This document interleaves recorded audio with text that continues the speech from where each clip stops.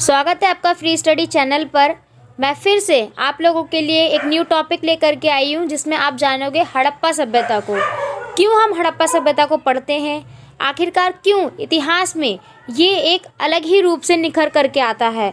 हम हर साल 9वीं 10वीं 11वीं 12वीं इनफैक्ट ग्रेजुएशन बीए के टाइम पर भी हड़प्पा के इस टॉपिक को डिस्कस करते हैं। इनके पीछे कारण क्या है, ये सब चीज़ें आप जानोगे। पर उससे पहले आपको कुछ क्वेश्चंस डिस्कस करने होंगे, क्योंकि उस क्वेश्चन के माध्यम से आप उस चीज़ों को, उन हिस्ट्री को, इसके टॉपिक को, इसकी स्टोरी को अच्छे से आप समझ पाओगे। तो हम आज के अपनी इस वीडियो को स्टार्ट करते हैं। स्वागत है आपका। उससे पहले आप और भी इसी तरीके की interesting videos, history, political, economics, geography, in fact current affair, इन सभी जो सबसे मेन होते हैं किसी भी कॉम्पिटिटिव एग्ज़ाम्स के लिए या फिर किसी भी एकेडमिक सिलेबस के लिए, इन सभी चीज़ों को टाइम टू टाइम अपडेट देता रहता है हमारा फ्री स्टडी। अच्छे से अच्छा कंटेंट बिल्कुल फ्री में प्रोवाइड करता है। बस इसके लिए आपको चैनल को सब्सक्राइब करना होगा, क्योंकि सब्सक्राइब करके बेल आइकन दबाने से हर बार सबसे पहले आपको पता चलेगा कि कौन सा नया टॉपिक हम ले करके आए हैं। तो सबसे पहले आप हमारे चैनल को सब्सक्राइब करें, साथ ही साथ कमेंट बॉक्स में हमें ये भी बताएं कि और किस तरीके की वीडियोस आपको चाहिए, जो आपके लिए साथ ही साथ अदर स्टूडेंट्स के लिए भी बेनिफिट हो, इम्पॉर्टेंट हो। हम वो कोशिश करेंगे कि वो वीडियोस आपको प्रोवाइड करें, वो कंटेंट आपको प्रोवाइड करें। तो चलिए स्टार्ट करते हैं हम आज के अपनी इस वीडियो को।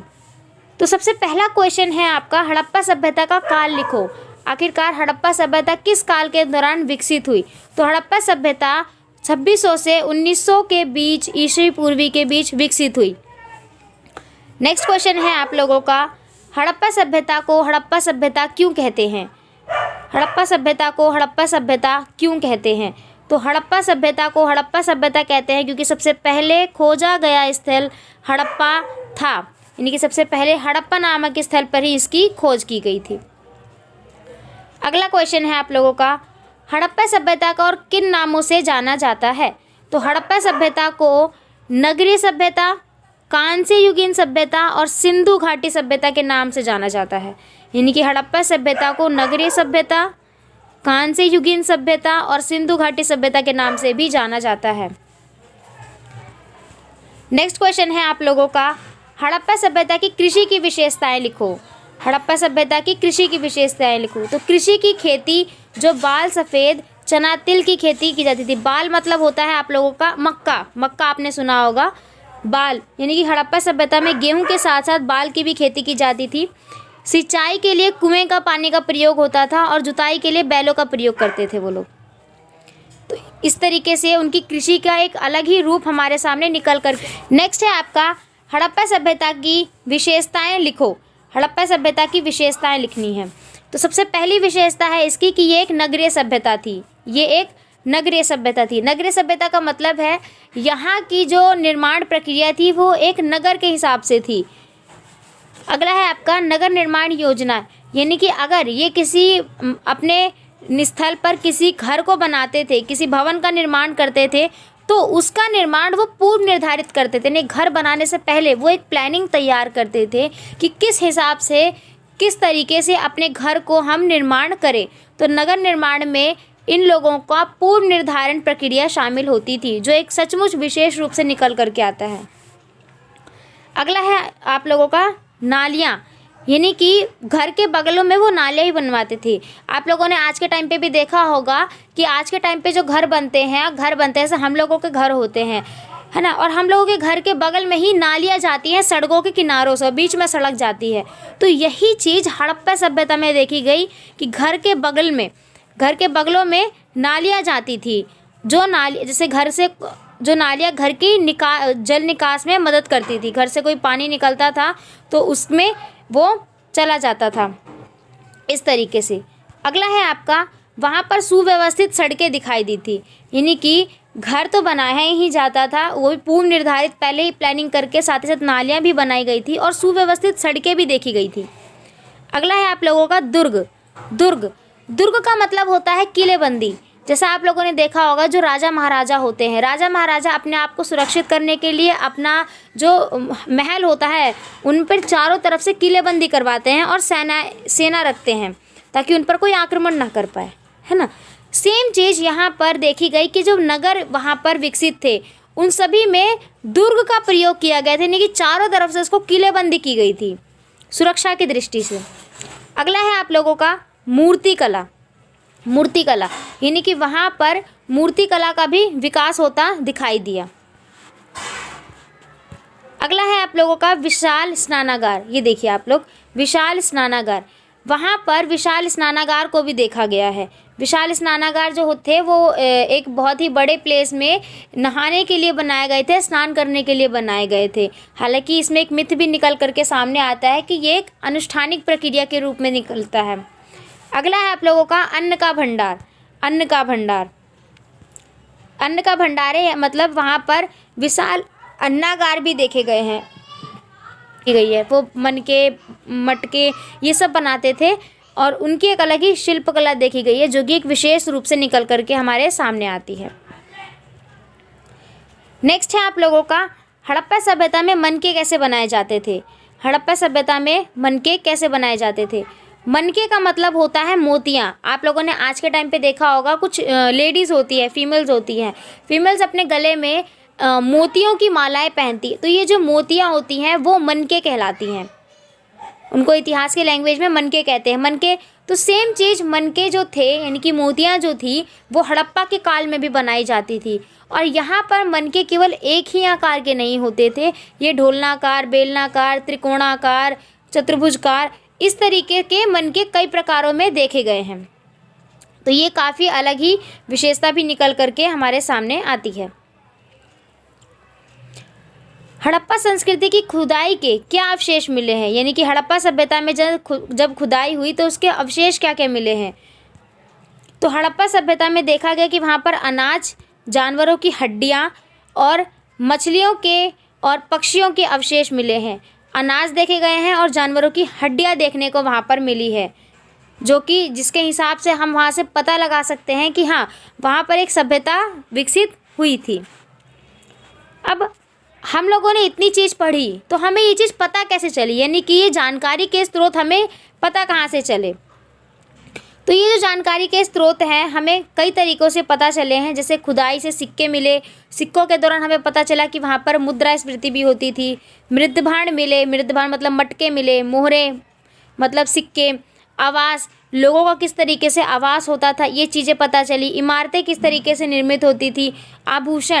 आभूषण वहाँ पर हमें मेल फीमेल यानी कि पुरुष और महिला दोनों के ही द्वारा एक अलग अलग तरीके के आभूषण निकले हैं, जिससे हम ये पता लगाते हैं कि वहाँ पर भी लोग आभूषण पहनते थे।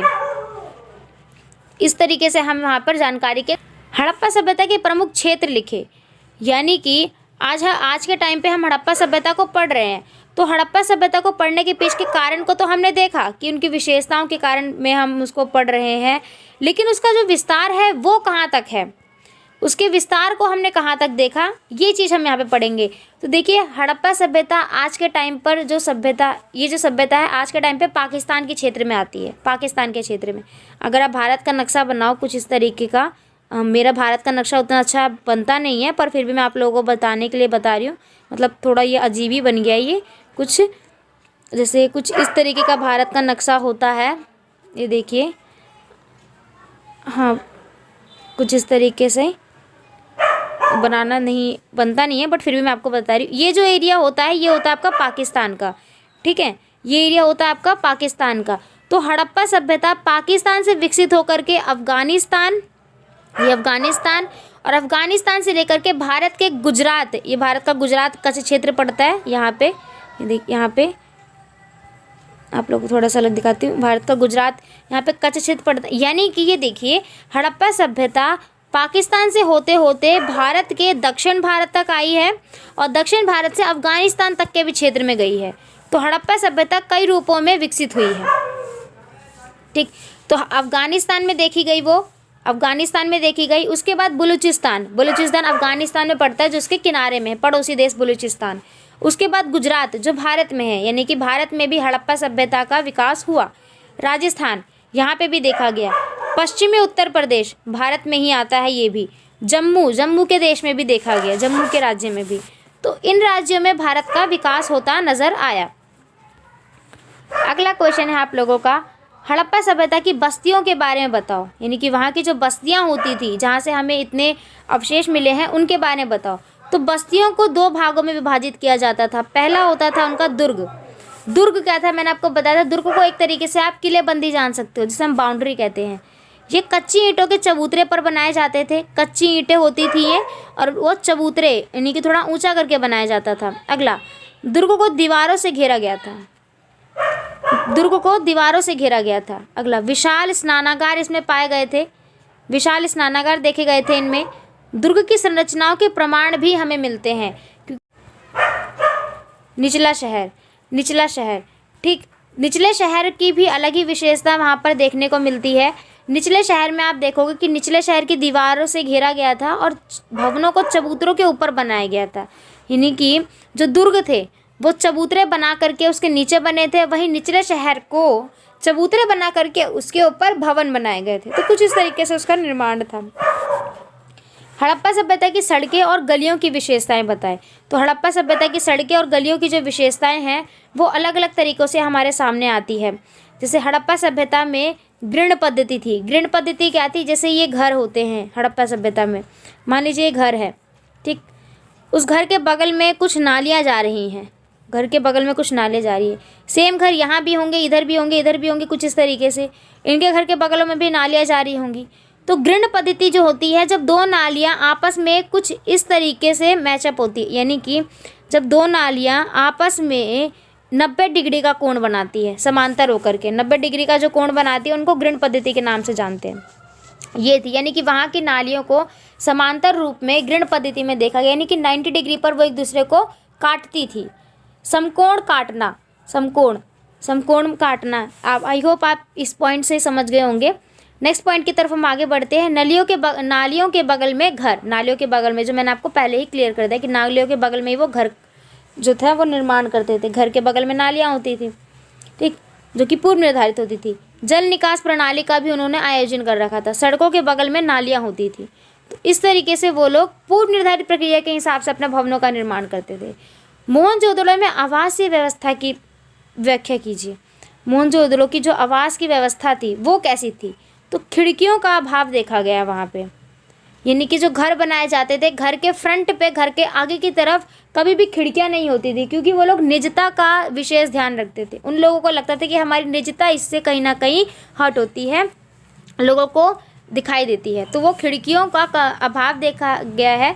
आंगन के चारों ओर कमरे बनाए जाते थे। जैसे घर होता था, मान लीजिए किसी घर का ये आंगन है, तो इधर भी रूम होते थे, इधर भी रूम होते थे, इधर भी रूम होते थे, इधर भी, और ये गैलरी होती थी एक तरीके से, देखा होगा आप लोगों ने कई बार। तो ये आंगन के चारों ओर कमरे बनाए जाते थे, चारों ओर। स्नानागार, घर के बगल में ही स्नानागार होते थे। जैसे 4 कमरे हो गए, इधर स्नानागार बनाया, इधर कुआं बना लिया, ताकि बाहर के लोग भी आकर के इसको पी सके और कुएं का इस्तेमाल कर सके, घर के लोग भी इसका इस्तेमाल कर सके।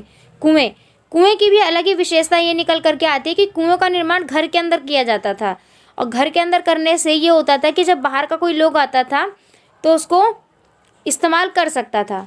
तो इस तरीके से वहाँ की जो निर्माण प्रक्रिया है हमारे सामने आती है। तो कैसे लगे आप लोगों को ये क्वेश्चंस? आई होप आपको ठीक लगे होंगे, और जो चीज़ मैंने आपको समझाई है वो क्लियर भी हुआ होगा। हाँ, ये तो कुछ क्वेश्चंस थे। अगर आपको हड़प्पा सभ्यता को और अच्छे से समझना है, बिल्कुल सीरियल वाइज व्यवस्थित तरीके से, तो कमेंट बॉक्स में एक बार कमेंट करिए। और साथ ही साथ अगर आप लोगों को ईसा पूर्व और विश्वी की एक सेपरेट वीडियो चाहिए तो उसके लिए भी आप कमेंट बॉक्स